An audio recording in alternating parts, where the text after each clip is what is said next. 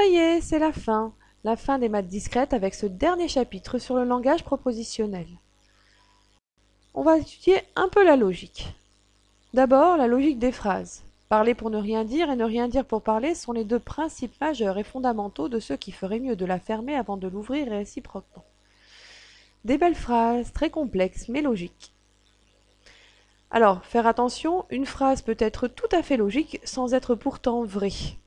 Par exemple, ce qui est rare est cher, un cheval bon marché est rare, un cheval bon marché est donc cher.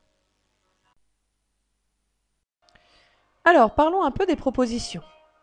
Vous savez tous ce que c'est qu'une proposition. C'est quelque chose d'un ordre plus ou moins personnel, comme dans ce film que vous avez peut-être vu. Parlons de ça en mathématiques. Commençons par définir ce qu'est un énoncé. Un énoncé est une phrase mathématique.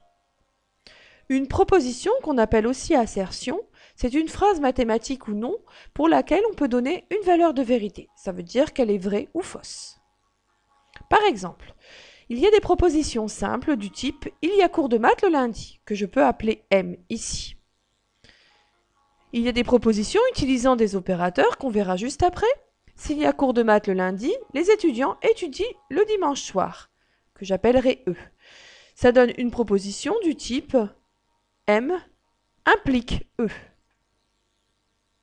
Une tautologie est une proposition vraie. Par exemple, M implique E n'est malheureusement pas une tautologie. Parce que, a priori, les étudiants n'étudient pas forcément le cours la veille du cours. Dommage, hein, on aimerait bien. Par contre, en DUT, les étudiants sont obligés d'aller en cours, c'est une tautologie. L'algèbre propositionnelle a de nombreux points communs avec les autres algèbres et notamment l'algèbre de Boole qu'on a déjà vu. Donc, d'une façon générale, elle utilise les mêmes opérateurs, enfin une partie des mêmes opérateurs. On retrouve donc les mêmes propriétés. La liste des opérateurs, d'abord le et logique, et qui peut être remplacé par le fois en algèbre de Boole. Puis le ou logique, qui peut être remplacé par le plus en algèbre de Boole. On a aussi le non, la barre. On a le implique, qui correspond, lui, au si alors, dans les phrases, qu'elles soient mathématiques ou non. Quand on utilise si alors, on peut remplacer ces deux éléments par un implique. Alors, mathématiquement, cet implique correspond au non P ou Q. Nous en reparlerons ensuite. Le équivaut, qui correspond aussi à A implique B et B implique A. Un implique qui est toujours vrai devient cette forme de flèche avec l'égalité et la flèche supérieure. Un équivaut toujours vrai devient cette forme d'équivalence. Différente de ces deux-là parce que celles-ci sont toujours vraies. J'attire votre attention sur le fait qu'en algèbre de Boole, il n'existe pas ces deux symboles. Le premier, le symbole équivalent. Donc le équivaut, c'est le A implique B et B implique A. C'est ça qui va nous permettre de faire la traduction. On a aussi l'implication logique ici, qui équivaut à non P ou Q. Donc, important de retenir cette formule, puisque c'est ce qui va nous permettre de passer d'une écriture qui est logique à une écriture qui est en algèbre de Boole. On va pouvoir faire des calculs propositionnels en se ramenant à des calculs en algèbre de Boole. Soit à démontrer P ou Q implique Q. Est-ce que ça équivaut à P implique Q? On part de la première forme. On peut le mettre en équivalence grâce à la formule qu'on vient de voir, en non P ou Q et le ou Q qui vient de l'implication. Puis, on passe en algèbre de Boole à P plus Q bar plus Q. En utilisant d'abord la loi de Morgan, on permet d'obtenir P bar fois Q bar plus Q. On utilise alors la redondance sur Q. Cette redondance fait apparaître un P bar qui va venir absorber la partie qui est ici. Il nous reste donc plus que P bar plus Q. On retransforme ceci en algèbre propositionnelle. Voilà, non P ou Q. Le non P ou Q qui correspond bien à P implique Q. Alors, ça veut dire que la phrase qui était donnée en démarrage, celle-ci, est une phrase vraie. De la même façon qu'on les utilise avec les ensembles ou avec bool, on va retrouver les mêmes tables de vérité. La table du et logique qui correspond à un fois. La table du ou logique qui correspond à un plus. Donc la table du P bar qui correspond à l'opposé. La table du P implique Q. Alors cette fois-ci, le P implique Q. En fait, il faut faire très attention. Si on a 2 zéros ici, donc si on n'a pas P, il y a toujours une réalité du P implique Q. Puisque on n'a pas P, l'implication avec Q est vraie. Par contre, la seule particularité, c'est que si on a P, alors forcément il faut avoir Q. Donc ici, on obtient un 0 sur cette ligne-là. Le plus simple pour vous, c'est de retenir justement que cette ligne est la seule qui est fausse, c'est-à-dire P ne peut pas, P existant, P égale à 1, ne peut pas appliquer non Q, puisque c'est justement l'application. Ensuite, P équivaut à Q, très facile. Il faut qu'ils aient la même valeur sur la table de vérité, donc ici les deux 0 ou ici les deux 1. Donc ce sont les deux nouveaux opérateurs avec une petite difficulté sur l'implication ici.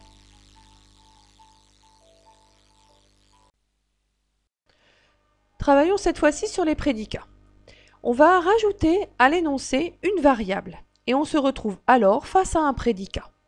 Par exemple, on va prendre être blond, on va lui ajouter la variable étudiant et donc on se retrouve face à un prédicat. Le prédicat n'a pas de valeur de vérité parce que, a priori, on ne peut rien répondre concernant cette affirmation. Être blond, c'est la partie prédicat, qu'il dépend de l'étudiant. Étudiant est l'argument du prédicat. Si maintenant je choisis de dire être blond sur un étudiant qui est romain, alors bien sûr c'est une traduction formelle d'une phrase mathématique, est-ce que Romain est blond? Ceci a une valeur de vérité puisque a priori je connais Romain et je sais répondre si oui ou non il est blond. Les prédicats ont une utilité en informatique parce qu'on peut d'abord commencer par transformer une problématique en prédicat. Par exemple, est-ce que Grégory sera en cours de maths à 10 h? Alors, je ne vise personne, bien sûr. On utilise le prédicat présence de l'étudiant à un horaire et à un cours. On est sur quasiment un sous-programme. On peut transformer ça en proposition à partir du moment où on lui affecte des valeurs. Donc, est-ce que Grégory sera présent à 10 h en cours de maths? À cette proposition, on sera capable de donner une réponse. Donc les prédicats ont une première utilité qui est une utilité informatique qui sert notamment en algorithmique. Nous allons parler de l'utilité mathématique des prédicats, en utilisant notamment les quantificateurs.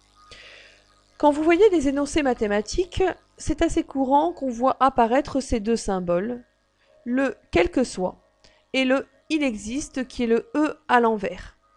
Ces deux symboles servent purement à formaliser des énoncés mathématiques. Ils sont opposés à la base.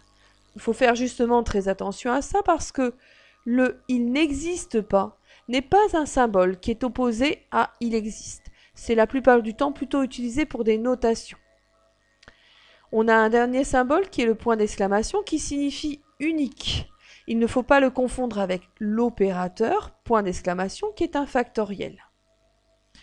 Alors, il va falloir sur ces prédicats savoir les écrire correctement, les transformer en propositions en utilisant les quantificateurs, parfois, ou d'autres types d'éléments, et donner la négation du prédicat. Je prends un exemple. Prenons ici cette forme mathématique. Le x moins y inférieur strictement à 0,1 est un prédicat. Il dépend de x et de y. Je pourrais donner une valeur à x et y, j'aurai une proposition pour laquelle je saurais dire si elle est vraie ou fausse. En rajoutant le « il existe » y appartenant à R, on peut considérer que j'ai défini le y. Cette variable-là, variable y, va devenir liée. Alors que le x, si je n'ai pas donné la partie ici, le x sera une variable libre puisqu'on n'aura pas donné de valeur pour cette variable. En écrivant cette phrase totalement, j'ai lié x et y, j'ai donc écrit une phrase mathématique, une proposition, qui pourra obtenir une valeur de vérité. Quelle que soit la valeur de vérité de cette dernière, je suis capable d'en écrire sa négation, la négation du quel que soit et le il existe. On ne fait pas n'appartenant pas à R, ça n'a pas de sens. La négation du il existe devient quel que soit. Et bien sûr, je dois aussi faire la négation du prédicat. Donc le strictement inférieur devient strictement supérieur ou égal à 0,1. Là, j'ai écrit la négation de la phrase mathématique. Voilà terminé cette partie sur les prédicats. On va s'intéresser ici à deux types de raisonnement. Pour faire le premier, il faudra parler de la contreposée et de la réciproque. On va prendre une application qui est écrite en langage français. Si je sors mon portable en cours, qu'on va appeler P, alors je me fais virer, qu'on va appeler V. On a donc deux propositions qui sont liées par une implication. P implique V. Alors, comme on est sur une proposition vraie, puisque vous faites a priori virer si vous sortez votre portable de cours, on peut mettre l'implication vraie. Mettons la contraposée. La contraposée, c'est non V implique non P, qui se traduit à « si je ne me fais pas virer, c'est que je n'ai pas sorti mon portable en cours ». On a une autre partie qui est la réciproque. La réciproque n'est pas la contraposée puisque c'est le sens inverse, ça implique ça. La contraposée, c'était non ça implique non ça. La réciproque, donc, V implique Q, qui veut dire en langage français, si je me fais virer, alors je sors mon portable en cours. Alors, vous le voyez très bien là-dedans, la contraposée semble vraie, alors que la réciproque, ici, dans ce cas particulier, semble plutôt fausse. C'est pas parce que l'étudiant va se faire virer qu'il va sortir son portable en même temps, enfin, c'est pas très logique. Alors, si l'implication est vraie, alors la contraposée est vraie. Par contre, il faut faire attention, si l'implication est vraie, la réciproque peut être vraie ou fausse. Alors attention, la suite de cette vidéo est un complément. Donc toute la partie sur les raisonnements, les 3 éléments qui suivent, ne fait pas partie des éléments obligatoires. Je vous invite à l'étudier uniquement si vous avez bien compris tout ce qui précédait. Parlons des différents types de raisonnement. Le premier par contraposé par rapport à ce qu'on vient de faire. Si on cherche à démontrer que n carré pair entraîne n pair, on va regarder ce qu'est la contraposée. La contraposée serait l'opposé de cette proposition et l'opposé de celle-ci, donc n impair entraîne n carré impair. Or, si on prend un n qui est impair, donc il s'écrit 2p plus 1. Tous les nombres impairs s'écrivent toujours sous la forme d'un nombre pair plus 1. Alors, quand on passe n carré, on obtient 4p carré plus 4p plus 1. Donc, n carré est impair. Donc, si n est impair, n carré est impair. La contraposée est donc vraie. Si la contraposée est vraie, la proposition de départ était vraie. Donc, en utilisant la contraposée, on a prouvé que n carré pair entraîne n pair. Ce sont des types de raisonnement, donc ça reste un peu théorique. Parlons un peu des absurdités de la vie courante. Alors c'est dommage, s'il n'y avait pas cette grosse faute d'orthographe, on pourrait croire que c'est une réalité. Avec le raisonnement aussi par l'absurde, qui est utilisé en mathématiques. Je donne un exemple. Si on cherche à prouver que racine de 2 n'appartient pas au nombre rationnel, c'est-à-dire au nombre composé de quotients, on va se poser la question, qu'est-ce que ça veut dire appartenir au nombre rationnel? Ça veut dire ne pas appartenir, pardon, c'est dire qu'il n'existe pas ni A ni B, tel que racine de 2 s'écrit A sur B. On va travailler par l'absurde, donc on va partir de la négation de la proposition. La négation de la proposition, on le sait maintenant, c'est il existe A, B, tel que racine de 2 s'écrivent A divisé par B. Et on va prouver que ce n'est pas possible. Cette démonstration étant un peu longue et ici n'étant pas le cadre pour la faire, je vous invite à la regarder si ça vous intéresse de votre côté. Le dernier type de raisonnement, c'est le raisonnement par récurrence que vous connaissez probablement. Si on part d'une hypothèse de départ, la somme d'une suite arithmétique de raison 1, on voudrait prouver que c'est n fois n plus 1 sur 2 pour tout n. On va commencer par vérifier que cette hypothèse est vraie au premier rang. Quand n égale 1, c'est vrai puisque quand n égale 1, je remplace dans cette formule n par 1, j'obtiens 1. Et 1, c'est bien égal à 1 fois 1 plus 1, donc 2, divisé par 2. Donc au premier rang, c'est vrai. On va supposer que l'hypothèse est vraie au rang n. Donc, supposer que c'est vrai au rang n, c'est dire que 1 plus 2 jusque n, c'est n fois n plus 1 sur 2. Et on va vérifier que c'est vrai au rang n plus 1.